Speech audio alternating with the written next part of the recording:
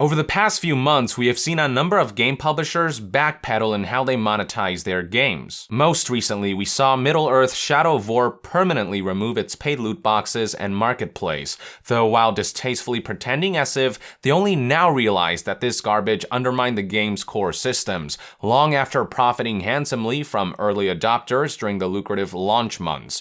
We also saw Ubisoft's Far Cry 5 take a step back by forgoing Assassin's Creed Origins gameplay-affecting time saver packs that allowed players to purchase in-game currency, crafting parts, ability points, and map markers with real-world money. The microtransactions are still there in Far Cry 5, but they are less pervasive than they were in Origins. We have also seen reports that a number of developers are rethinking their plans to implement recurrent monetization schemes for upcoming titles. But no game backpedaled quite as gloriously as EA's Star Wars Battlefront 2, the game that sparked the flames that became the loot box controversy wildfire. Not only did the game end up temporarily pulling microtransactions hours before launch, just last month, on March, the game was finally overhauled with a linear progression system, cosmetic-only loot boxes that can't be bought with real money, as well as microtransactions relegated to upfront cosmetic purchases. There is no denying that EA and DICE nailed this update and gave us the best possible compromise under the circumstances, but that doesn't change the fact that EA's devious intentions with Battlefront 2 have been laid bare. It's hard to forget that the publisher tried to exploit its players by shipping Battlefront 2 with a pay-to-win loot box-based progression system.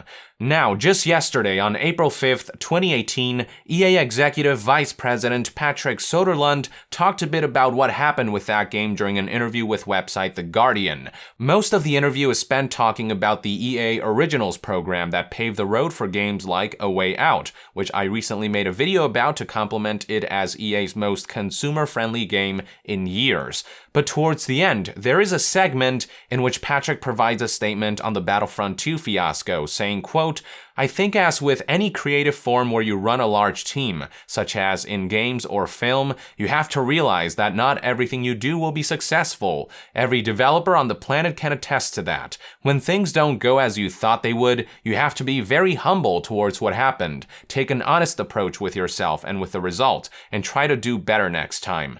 This was an example of change that didn't work. There is no getting away from the fact that we made some decisions that I think in hindsight we shouldn't have made. Neither the developer nor EA intended to create a slot machine or take money from people, though that was the perception." Okay, so my problem with this statement is that it's very similar to why I found Shadow of War's recent announcement that they'd be removing loot boxes and the marketplace distasteful. In both cases, neither company will admit that they knew exactly what they were doing from the outset, playing coy by saying things like, "We only realized now," or "It wasn't our intention." I'm all for giving second or third chances, but it has to start with a perpetrator admitting their mistake, not tiptoeing their way around it. EA knew exactly what they were doing with Battlefront 2. You don't just accidentally stumble upon making an intricately designed, predatory, glorified slot machine. You can't look at EA games like Need for Speed Payback, whose loot boxes literally spin and sound like slot machines, and tell me that stuff like that is unintentional in their design. You can't look at some of EA's recent patents for algorithms that manipulate outcomes of matches to maximize players' impulse to make in-game purchases, or at how they hire psychologists to engineer this stuff, and tell me that the company isn't deliberately setting out to nickel and dime players through psychologically exploitative means. What happened with Battlefront 2 was very simple. EA got greedy. They've always been greedy, but this time they took it a step too far, and the world noticed. Solving any problem begins by admitting the problem, but if EA can't just come out and say, "We got greedy, we're sorry," if they insist on treating us like fools and feigning ignorance, I don't know how they can expect to start earning anyone's trust back anytime soon.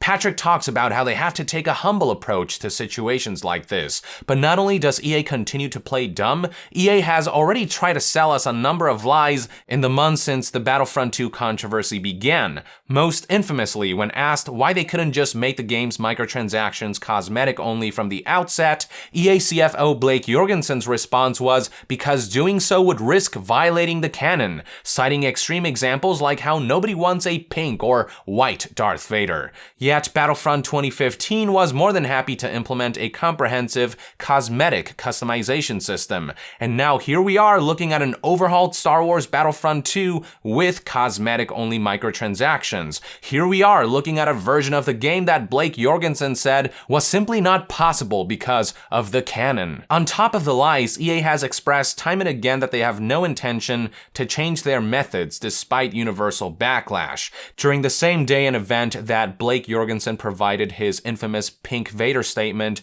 he also said, quote, "We are not giving up on the notion of microtransactions. We are learning and listening to the community in terms of how best to roll that out in the future, and there is more to come as we learn more. But I would say we're certainly not changing our strategy." Furthermore, we have seen Andrew Wilson insist that digital monetization is all for the benefit of the players, saying that they offer a, quote, "very important element of choice that can extend and enhance the experience of our games," and all that familiar glittered bullcrap. Few will deny that EA's approach to the whole situation has been anything but humble, which is all the more reason to ask oneself, does the recent retreat with Battlefront 2 signal a genuine learning experience for the company, or will they slowly start inching their way towards old loot box habits with subsequent new releases like the upcoming Battlefield 5 and Anthem? I suppose only time will tell for sure, but it doesn't bode well that they continue to lie and say that it wasn't their intention to create glorified slot machines that undermine the integrity of their games, when that's the whole point of these monetization systems. Again, one does not simply stumble upon this by accident. It's a very deliberate, intricate, and thorough endeavor, as thorough as some of the patents we have seen foreshadowing a future in which our games will preemptively determine the outcome of our matches to push just the right buttons at just the right time until we find ourselves taking out our wallets to publishers' whim. So drop the act, EA. Maybe once you stop looking down on the gaming community and treating us like idiots, then we can start having a proper conversation. But until then, you can fuck right off with your fake over-explained boilerplate realizations and apologies. If EA wants to earn back anything resembling goodwill, they'll have to show that they learned from their mistakes by forgoing any form of paid loot boxes in future releases. From here on out, the Battlefront 2 overhaul should be the ceiling in terms of how far they will ever push the envelope of in-game purchases moving forward. Anything past that will simply not be tolerated. Anything past that will only show that the publisher has learned nothing. So, your move, EA. Do the gaming industry a solid and be better. Stop wasting and tarnishing the incredible potential of the IPs and talent under your belt, pursuing money at all costs. Instead, try using all your creative prowess and resources in the name of pushing the boundaries of gaming for a change. Maybe it won't make you as much money, but perhaps you will find a sense of fulfillment, a sense of pride and accomplishment,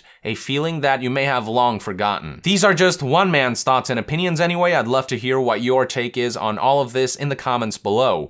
With that, I would like to end this news update. Thank you for tuning in. If you enjoy my content, consider supporting me on Patreon. It is completely optional, but donating even as little as $1 a month will go a long way in helping this channel grow. And to be further updated on all things gaming news, reviews, and discussions, stay tuned right here on Yong Yeah. I'll see you guys next time. Yong out.